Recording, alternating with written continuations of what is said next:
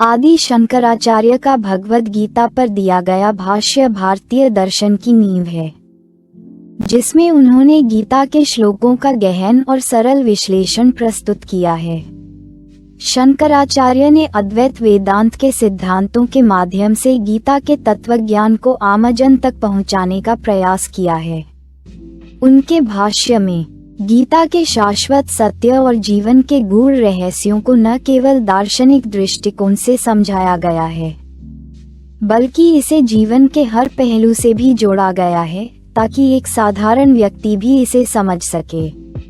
इसलिए यह व्याख्या गीता के श्लोकों को भावनात्मक रूप से प्रस्तुत करने और कहानियों और उदाहरणों के माध्यम से इसे आम जनता के दिल और दिमाग तक पहुंचाने का प्रयास करेगी। 1. भूमिका, गीता का संदर्भ और शंकराचार्य की दृष्टि। भगवद गीता महाभारत के युद्ध के समय भगवान श्री कृष्ण और अर्जुन के बीच संवाद है। अर्जुन, जो युद्ध के मैदान में अपने कर्तव्यों को लेकर संदेह और विषाद से घिर जाते हैं, उन्हें भगवान श्री कृष्ण जीवन के उच्चतम सत्य का उपदेश देते हैं।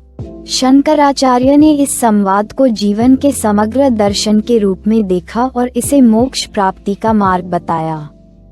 शंकराचार्य के अद्वैत वेदांत सिद्धांत के अनुसार ब्रह्म ही सत्य है और जगत माया है। गीता में इसी सिद्धांत को विभिन्न श्लोकों के माध्यम से समझाया गया है। शंकराचार्य का दृष्टिकोण। शंकराचार्य का यह मानना था कि गीता का अध्ययन केवल ज्ञान प्राप्ति के लिए नहीं, बल्कि मनुष्य के जीवन को सही दिशा में ले जाने के लिए है। उनके अनुसार हर व्यक्ति के भीतर जो आत्मा है, वही परम ब्रह्म है और गीता इसी आत्मा की पहचान कराती है। 2. गीता के 3 प्रमुख मार्ग, कर्म योग, भक्ति योग और ज्ञान योग। शंकराचार्य ने गीता में वर्णित 3 प्रमुख मार्गों, कर्म योग, भक्ति योग और ज्ञान योग का अद्भुत समन्वय प्रस्तुत किया है। कर्म योग, निष्काम कर्म का महत्व। गीता के अध्याय 3 में भगवान श्री कृष्ण अर्जुन को कर्म योग की शिक्षा देते हुए कहते हैं, कर्मण्येवाधिकारस्ते मा फलेषु कदाचन माँ कर्मफल हेतुर्भूर्मा ते संगोस्व कर्मणि। तुम्हारा अधिकार केवल कर्म करने पर है, फल पर नहीं, इसलिए फल की चिंता किए बिना कर्म करो। शंकराचार्य की व्याख्या में इसका अर्थ है कि मनुष्य को अपने कर्तव्यों का पालन निस्वार्थ भाव से करना चाहिए। अगर व्यक्ति अपने कर्मों से मोह कर लेगा या उनसे लाभ की इच्छा रखेगा, तो वह माया के जाल में फंस जाएगा। इसलिए निष्काम कर्म, बिना फल की इच्छा किए कर्म का सिद्धांत शंकराचार्य ने गीता के महत्वपूर्ण तत्व के रूप में रखा। कहानी, किसान और भगवान का संदेश।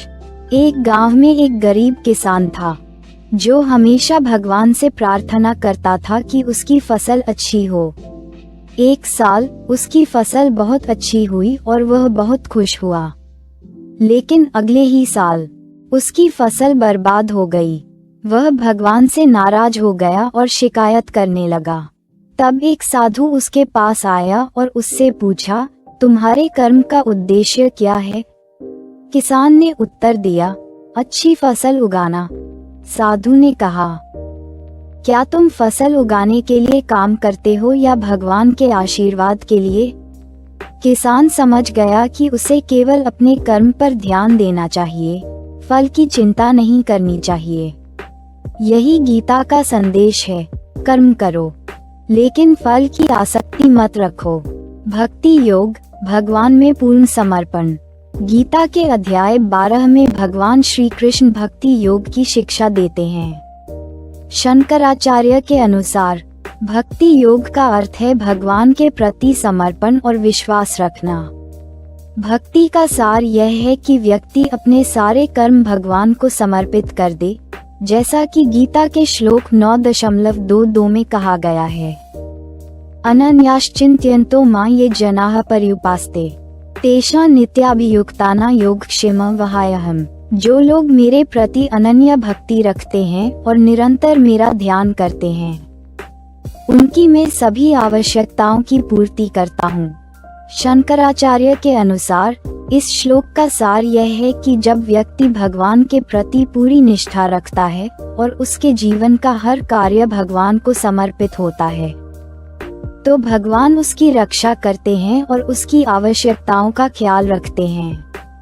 भक्ति का यह मार्ग मनुष्य को भगवान के करीब लाता है और उसे सांसारिक बंधनों से मुक्त करता है। उदाहरण, मीरा की भक्ति। मीराबाई का जीवन भक्ति योग का सबसे उत्कृष्ट उदाहरण है। उन्होंने भगवान श्री कृष्ण के प्रति अपनी अनन्य भक्ति और प्रेम से अपना पूरा जीवन समर्पित कर दिया। जब मीरा के परिवार ने उनकी भक्ति को रोकने की कोशिश की, तो उन्होंने कहा कि भगवान के प्रति उनकी भक्ति किसी भी सांसारिक बंधन से अधिक महत्वपूर्ण है। यही शंकराचार्य की व्याख्या के अनुसार भक्ति योग का सार है, बिना किसी शर्त के भगवान में समर्पण। ज्ञान योग, आत्मज्ञान का मार्ग। शंकराचार्य ने गीता के ज्ञान योग को सर्वोच्च मार्ग माना है। ज्ञान योग का अर्थ है आत्मा और ब्रह्म के वास्तविक स्वरूप को समझना। शंकराचार्य के अद्वैत वेदांत के अनुसार आत्मा और ब्रह्म में कोई भेद नहीं है, आत्मा ही ब्रह्म है और यह ज्ञान प्राप्त करना ही मोक्ष का मार्ग है। गीता के अध्याय 4 श्लोक 7 से 8 में भगवान श्री कृष्ण कहते हैं, यदा यदा हि धर्मस्य ग्लानिर्भवति भारत अभ्युत्थानं धर्मस्य तदात्मानं सृजाम्यहम्। जब जब धर्म की हानि होती है और अधर्म बढ़ता है, तब तब मैं अपने रूप को धारण करके संसार में आता हूँ। शंकराचार्य के अनुसार इस श्लोक का गूढ़ अर्थ यह है कि जब संसार में अज्ञानता का वास होता है और लोग अपने वास्तविक स्वरूप को भूल जाते हैं, तब भगवान ज्ञान का प्रकाश फैलाते हैं। ज्ञान योग का अर्थ है आत्मा के वास्तविक स्वरूप का ज्ञान प्राप्त करना और संसार के माया से मुक्त होना। उदाहरण, रजक और साधु की कहानी। एक बार एक साधु एक रजक के पास आया जो कपड़े धो रहा था। साधु ने रजक से पूछा, क्या तुम जानते हो कि यह कपड़े सिर्फ बाहर से साफ होते हैं? रजक ने हाँ में उत्तर दिया। साधु ने कहा, तुम्हें अपने मन के कपड़े भी साफ करने चाहिए। रजक ने सोचा कि यह क्या बात है। साधु ने समझाया, जैसे तुम कपड़ों को साफ करते हो, वैसे ही तुम्हें अपने अंदर के अज्ञान को भी साफ करना चाहिए, ताकि तुम अपने वास्तविक स्वरूप को पहचान सको। यही ज्ञान योग का उद्देश्य है, आत्मा के वास्तविक स्वरूप का बोध प्राप्त करना। 3. अद्वैत वेदांत और मोक्ष का सिद्धांत। शंकराचार्य ने गीता के विभिन्न श्लोकों में मोक्ष का सिद्धांत स्पष्ट किया है। उनके अनुसार मोक्ष का अर्थ है माया के बंधनों से मुक्त होना और ब्रह्म के साथ एकत्व प्राप्त करना। गीता के अध्याय 2 श्लोक 20 में भगवान श्री कृष्ण आत्मा की अनश्वरता का वर्णन करते हैं। न जायते म्रियते वा कदाचे नायम भूत्वा भविता वा न भूयः अजो नित्यः शाश्वतोऽयं पुराणो न हन्यते हन्यमाने शरीरे। आत्मा न कभी जन्म लेती है और न कभी मरती है, इसका न कोई आरंभ है और न ही अंत। शंकराचार्य इस श्लोक की व्याख्या करते हुए बताते हैं कि आत्मा शाश्वत और अविनाशी है और इसका उद्देश्य माया से मुक्त होकर ब्रह्म के साथ एकत्व प्राप्त करना है। जब व्यक्ति इस सत्य को समझ जाता है, तब उसे मोक्ष प्राप्त होता है। कहानी, राजा जनक और संत का संवाद। राजा जनक एक बार एक संत से मिले और उनसे पूछा, मुझे बताइए मोक्ष क्या है? संत ने राजा से कहा, क्या तुम्हारा राज्य तुम्हारा है? राजा ने कहा, नहीं, ये केवल माया है। संत ने कहा, यही मोक्ष है, ये जानना कि यह संसार केवल माया है और आत्मा ब्रह्म के साथ एक है। राजा जनक ने ये सत्य समझ लिया और उसी क्षण उन्हें मोक्ष प्राप्त हुआ। यही शंकराचार्य की अद्वैत वेदांत का सार है। 4. गीता के शाश्वत सिद्धांत और जीवन के विभिन्न पहलुओं पर शंकराचार्य की दृष्टि। आदि शंकराचार्य की गीता पर दी गई व्याख्याओं में न केवल आत्मा और ब्रह्म के तत्वों का वर्णन है, बल्कि जीवन के विभिन्न पहलुओं जैसे कर्तव्य, धर्म, सत्य और आत्म साक्षात्कार पर भी गहराई से चर्चा की गई है। उनका भाष्य इस बात पर जोर देता है कि गीता केवल किसी एक विशेष समय और परिस्थिति में ही प्रासंगिक नहीं है, बल्कि यह हर युग में और हर व्यक्ति के लिए जीवन की दिशा तय करने वाला मार्गदर्शक है। कर्म और धर्म का द्वंद्व। अर्जुन का कुरुक्षेत्र युद्ध में अपने ही परिवार के खिलाफ लड़ने का संदेह इस द्वंद्व को दर्शाता है कि क्या कर्म करते समय धर्म का पालन हो सकता है।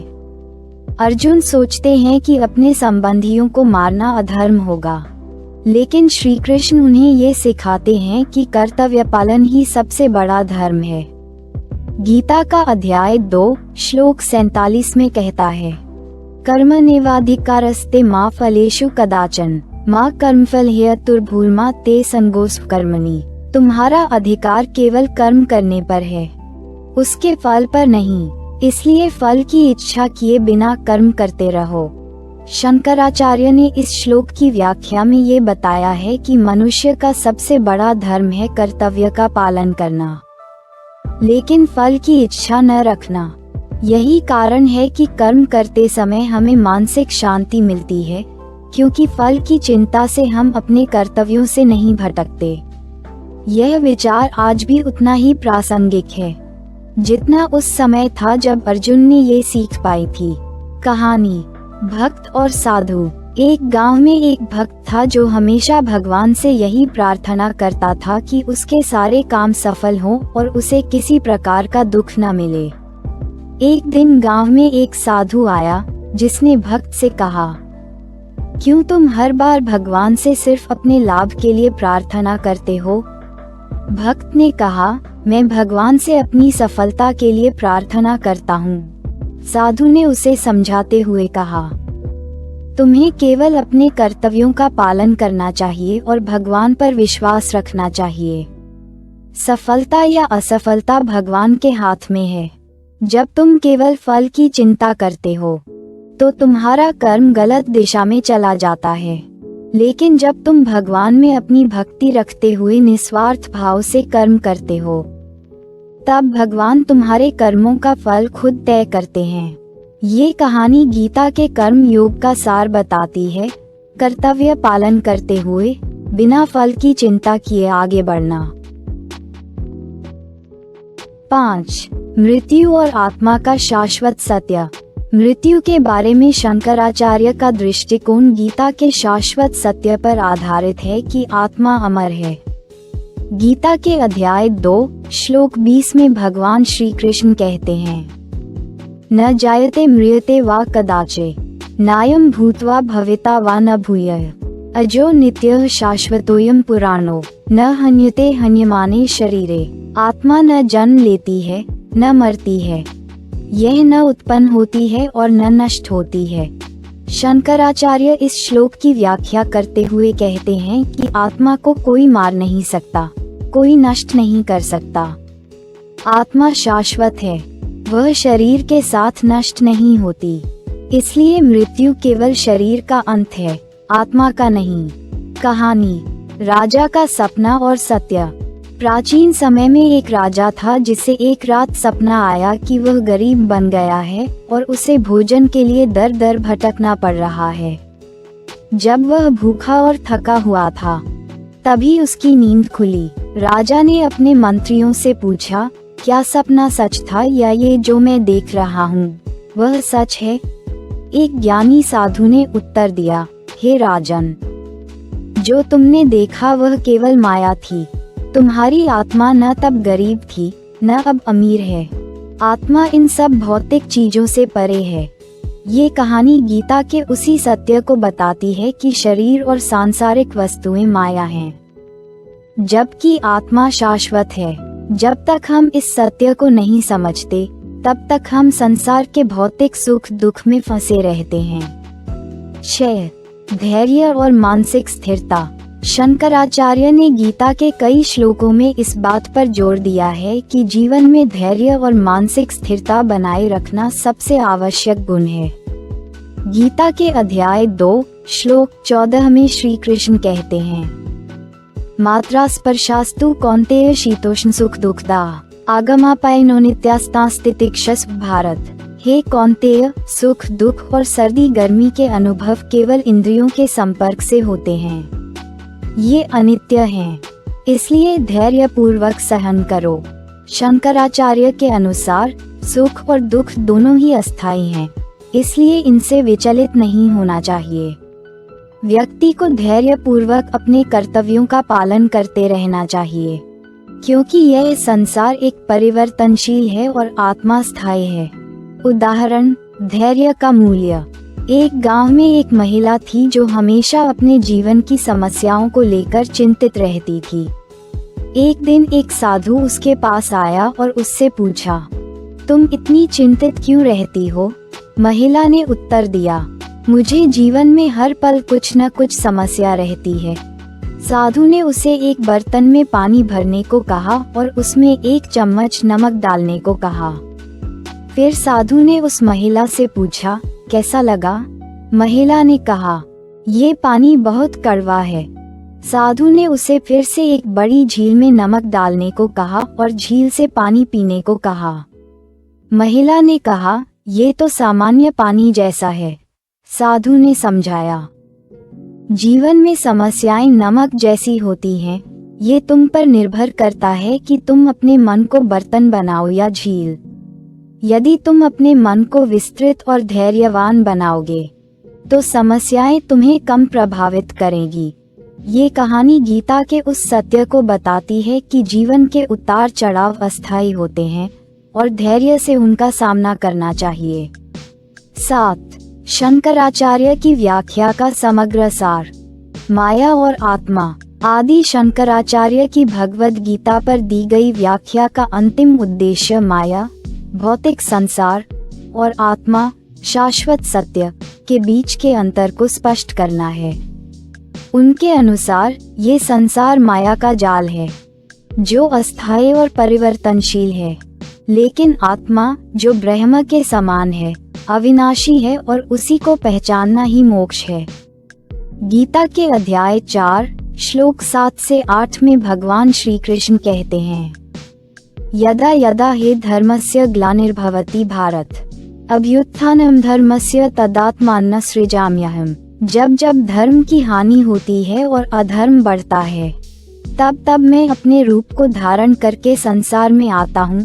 शंकराचार्य की दृष्टि से भगवान का यह अवतार केवल माया के नाश और सत्य की स्थापना के लिए है। जब व्यक्ति माया से ऊपर उठकर अपने वास्तविक स्वरूप को पहचान लेता है, तभी उसे मोक्ष की प्राप्ति होती है। कहानी, संत और भक्त का संवाद। एक भक्त एक संत के पास गया और उनसे पूछा, मुझे जीवन में सत्य क्या है? संत ने उसे एक शीशा दिखाया और कहा, इसमें तुम क्या देखते हो? भक्त ने कहा, मेरा प्रतिबिंब। संत ने कहा, यही माया है।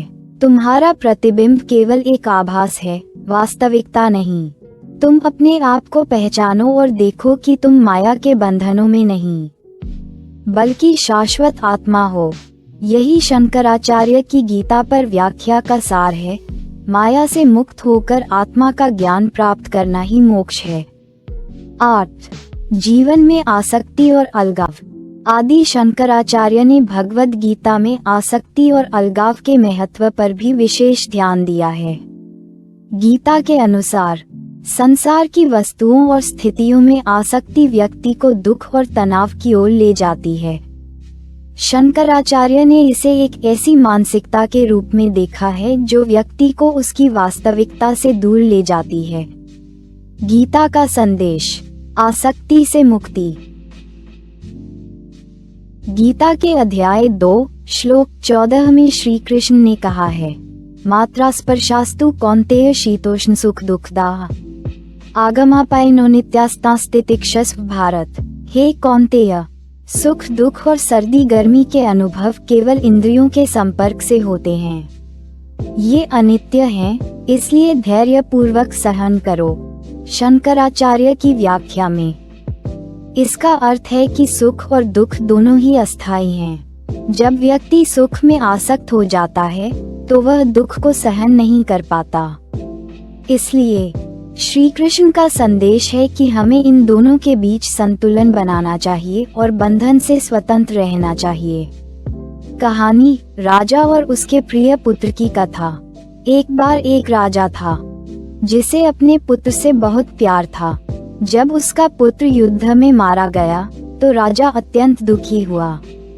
उसने सारे दरबारियों और मंत्रियों से कहा, मैं इस दुख को सहन नहीं कर सकता। एक ज्ञानी संत दरबार में आए और राजा से कहा, हे राजन, तुम्हें समझना होगा कि जीवन में सुख दुख, जीवन मृत्यु सभी अस्थायी हैं। तुम्हारा पुत्र इस शरीर को छोड़कर गया है, लेकिन उसकी आत्मा अमर है। तुम्हें इस दुख में डूबने की बजाय अपने कर्तव्यों का पालन करना चाहिए। राजा ने संत की बात सुनी और समझा कि आसक्ति दुख का कारण है। उसने अपने दुख को स्वीकारा और अपने राज्य की भलाई के लिए काम करने का निर्णय लिया। ये कहानी हमें सिखाती है कि आसक्ति हमें दुख देती है, जबकि अलगाव हमें आत्मिक शांति प्रदान करती है। 9. साधना का महत्व। शंकराचार्य ने गीता में साधना के महत्व को भी स्पष्ट रूप से बताया है। साधना का अर्थ है आत्मा की पहचान के लिए निरंतर प्रयास करना। गीता के अध्याय 6 में श्री कृष्ण ध्यान और साधना की प्रक्रिया के बारे में बताते हैं। गीता अध्याय 6 श्लोक 6 में कहा गया है, उद्धरेदात्मनात्माननात्मानमवसाद्येत आत्मैव ह्यात्मनो बंधुरामेव रिपो। व्यक्ति को स्वयं का उद्धार स्वयं ही करना चाहिए। आत्मा ही व्यक्ति की मित्र है और आत्मा ही दुश्मन है। शंकराचार्य की व्याख्या के अनुसार ये श्लोक ये स्पष्ट करता है कि आत्मा का ज्ञान प्राप्त करने के लिए साधना आवश्यक है। साधना हमें आत्मा के वास्तविक स्वरूप की पहचान करने में मदद करती है और हमें जीवन में सही दिशा में ले जाती है। उदाहरण, साधक की तपस्या। एक साधक ने अपनी साधना के माध्यम से आत्मा के ज्ञान को प्राप्त करने का निश्चय किया। वह जंगल में जाकर ध्यान करने लगा। पहले कुछ समय में उसे कठिनाई का सामना करना पड़ा, जंगल की आवाजें, कीड़ों का कष्ट और मौसम की प्रतिकूलताएं। लेकिन साधक ने धैर्य नहीं छोड़ा। वह हर दिन अपनी साधना जारी रखता रहा। धीरे धीरे उसने अपने मन और शरीर को नियंत्रित करना सीख लिया। अंततः उसे आत्मा का अद्वितीय अनुभव हुआ। इस उदाहरण से यह स्पष्ट होता है कि साधना के माध्यम से हम अपने भीतर की शक्ति को पहचान सकते हैं और आत्मा के ज्ञान को प्राप्त कर सकते हैं। 10. प्रेम और करुणा का महत्व। गीता में प्रेम और करुणा की चर्चा भी महत्वपूर्ण है। शंकराचार्य ने बताया है कि प्रेम केवल अपने प्रियजनों के प्रति नहीं, बल्कि संपूर्ण मानवता के प्रति होना चाहिए। गीता के अध्याय 12 में भगवान श्री कृष्ण प्रेम और भक्ति की महत्ता बताते हैं। सर्वभूतस्थमात्मानः सर्वभूतानि चात्मनि इक्षते योगयुक्तात्मा सदा भक्तिम लक्षितः। जो व्यक्ति हर प्राणी में आत्मा का दर्शन करता है और हर प्राणी में आत्मा को देखता है, वह सच्चे प्रेम और भक्ति का अनुभव करता है। कहानी संत और दयालु राजा। एक समय की बात है, एक राजा अपने राज्य के प्रजा की भलाई के लिए बहुत प्रयास कर रहा था। वह हमेशा अपने प्रजा के बीच रहता था और उनकी समस्याओं को सुनता था। एक दिन राजा ने देखा कि एक गरीब किसान बहुत दुखी है। राजा ने उससे पूछा, तुम्हारे जीवन में समस्या क्या है? किसान ने कहा, मुझे अपने बच्चों का पेट भरने के लिए बहुत मेहनत करनी पड़ती है, लेकिन फिर भी मैं सफल नहीं हो पा रहा हूँ। राजा ने कहा, तुम चिंता मत करो, मैं तुम्हारी मदद करूँगा। राजा ने न केवल किसान को अनाज दिया, बल्कि उसके बच्चों को शिक्षा भी दिलवाने का निर्णय लिया। राजा की इस करुणा ने किसान के जीवन को बदल दिया। ये कहानी हमें सिखाती है कि प्रेम और करुणा से हम न केवल अपने जीवन को बेहतर बना सकते हैं, बल्कि दूसरों के जीवन में भी सकारात्मक परिवर्तन ला सकते हैं। 11. आत्म साक्षात्कार और मोक्ष। आदि शंकराचार्य के अनुसार आत्म साक्षात्कार ही मोक्ष का अंतिम लक्ष्य है। आत्मा का ज्ञान प्राप्त करने से व्यक्ति माया के बंधनों से मुक्त हो जाता है। गीता के अध्याय 15 श्लोक 7 में भगवान श्री कृष्ण ने कहा है, ममेवांशो जीवलोके जीवान्भूत सनातनः मनः षष्ठानीन्द्रियाणि प्रकृतिस्थानि कर्षति। सभी जीवों का अंश मेरी ही आत्मा है। शंकराचार्य इस श्लोक की व्याख्या करते हुए कहते हैं कि आत्मा और ब्रह्म का एकत्व ही मोक्ष का मार्ग है। जब व्यक्ति अपने भीतर की आत्मा को पहचान लेता है, तब उसे मोक्ष की प्राप्ति होती है। उदाहरण, ज्ञान की खोज। एक समय की बात है, एक युवक ने अपने गुरु से पूछा, मोक्ष कैसे प्राप्त करें? गुरु ने उसे कहा, तुम्हें अपने भीतर की आत्मा की पहचान करनी होगी। युवक ने यात्रा शुरू की। उसने हर जगह ज्ञान की खोज की, पुस्तकों में, साधुओं के पास और विभिन्न स्थलों पर। अंत में उसने समझा कि मोक्ष कहीं बाहर नहीं, बल्कि उसके भीतर है। जब उसने अपने भीतर के सत्य को पहचाना, तब उसे मोक्ष की अनुभूति हुई। ये कहानी दर्शाती है कि आत्म साक्षात्कार ही वास्तविक ज्ञान है, जो मोक्ष की ओर ले जाता है।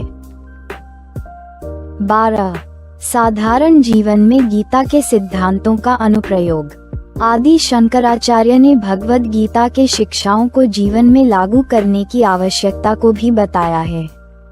जीवन की साधारण चुनौतियों का सामना करने के लिए गीता में निहित सिद्धांतों का प्रयोग किया जा सकता है। दैनिक जीवन में कर्मयोग।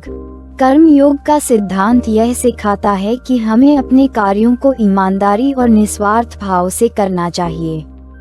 गीता के अध्याय 3 श्लोक 19 में कहा गया है, तस्माइस्तः सततम कार्यम कर्म समाचर असक्तो ह्याचरण कर्म परमाप्नोति पुरुषः। इसलिए व्यक्ति को हमेशा अपने कार्यों में लगे रहना चाहिए। जो निस्वार्थ भाव से कर्म करता है, वह परम गति को प्राप्त करता है। कहानी, कृषक की निस्वार्थ सेवा। एक गांव में एक कृषक था जो अपनी फसल की बुवाई और कटाई के प्रति बहुत समर्पित था। वह हमेशा अपने खेत में काम करता, लेकिन कभी भी अपने काम के फल की चिंता नहीं करता। एक दिन उसके मित्र ने उससे पूछा, तुम हमेशा मेहनत करते हो, लेकिन क्या तुम फल की चिंता नहीं करते? कृषक ने मुस्कुराते हुए कहा, मेरे लिए मेहनत करना ही सबसे बड़ा फल है। फसल का फल भगवान के हाथ में है। मैं बस अपने कर्म को पूरी निष्ठा से करता हूँ। इस कहानी से हमें सीख मिलती है कि निस्वार्थता और कर्तव्य परायणता से जीवन को कितना सुखमय बनाया जा सकता है। 13. संतुलित दृष्टिकोण। गीता का एक अन्य महत्वपूर्ण सिद्धांत संतुलन है। शंकराचार्य ने गीता में कहा है कि व्यक्ति को जीवन में संतुलन बनाए रखना चाहिए। सुख और दुख, खुशी और निराशा, समृद्धि और अभाव के बीच। गीता का संदेश, संतुलन का पालन। गीता के अध्याय 6 श्लोक 16 में कहा गया है, युक्ताहार विहारस्य युक्तश्नस्य युज्यते उद्धरेदात्मनात्मान्नात्मानमवसाद्येत। जो व्यक्ति संतुलित भोजन और व्यायाम करता है, वही अपने आत्मा का उद्धार कर सकता है। उदाहरण, जीवन में संतुलन की आवश्यकता। एक युवा उद्यमी था जो हमेशा काम में डूबा रहता था।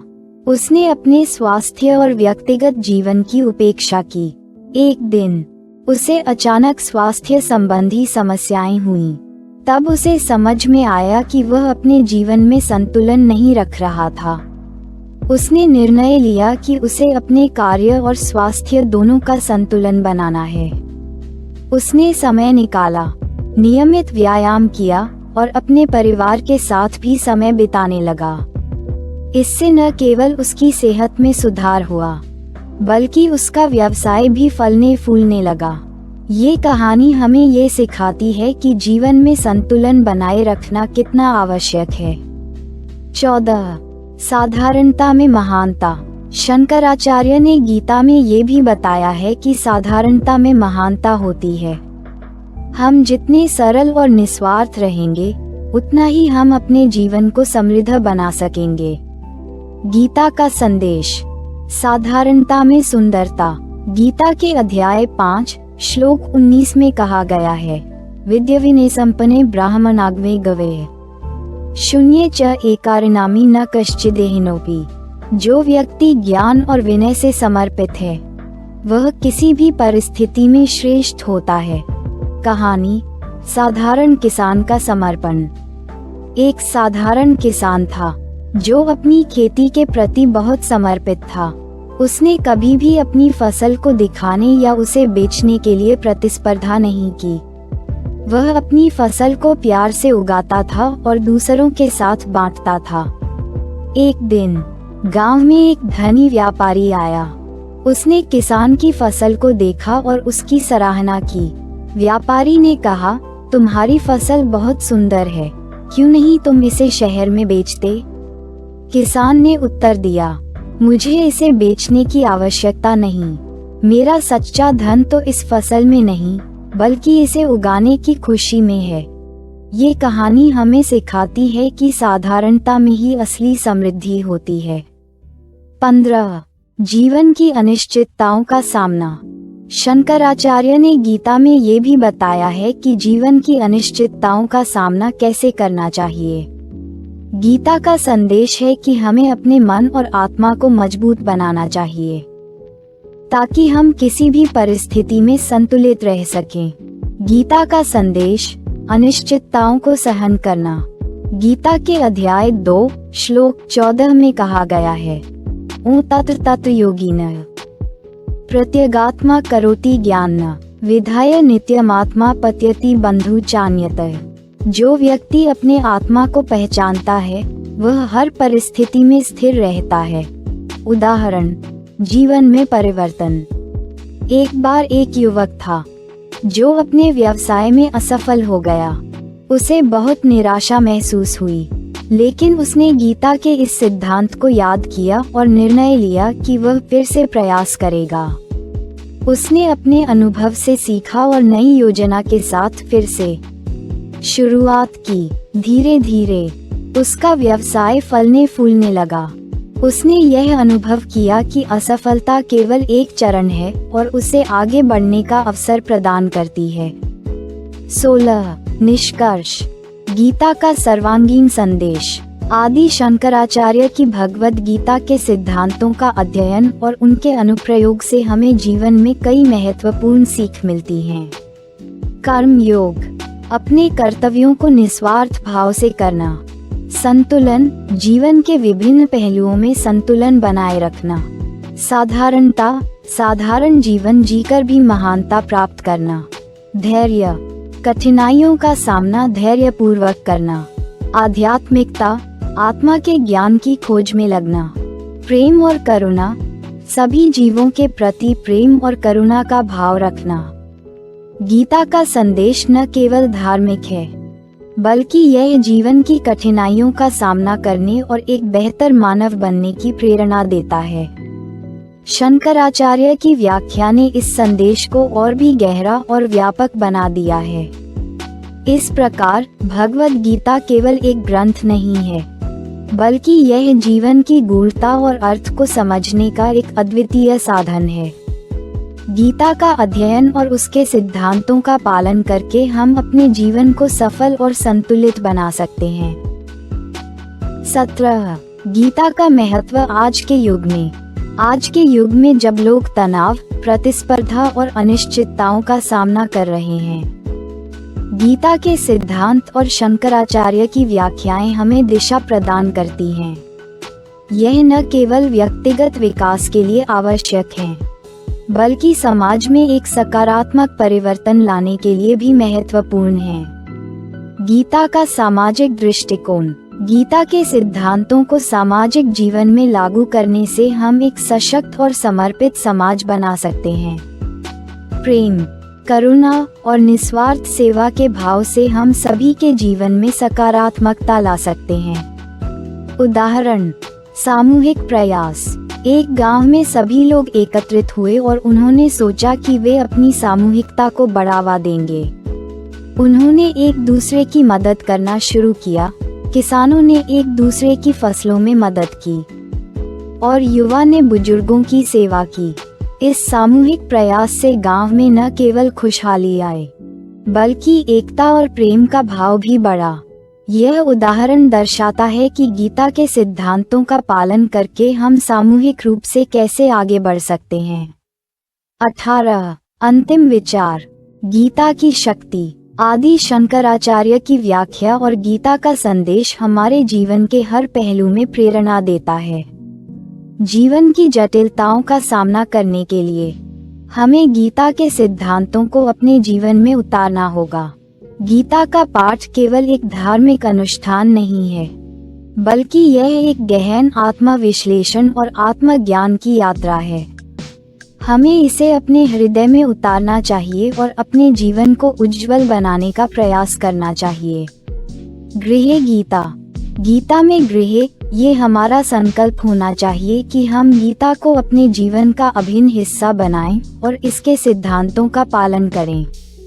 इस प्रकार भगवद गीता का गूढ़ संदेश केवल एक पाठ नहीं, बल्कि एक मार्गदर्शक है जो हमें सही दिशा में ले जाने के लिए सदैव तैयार है।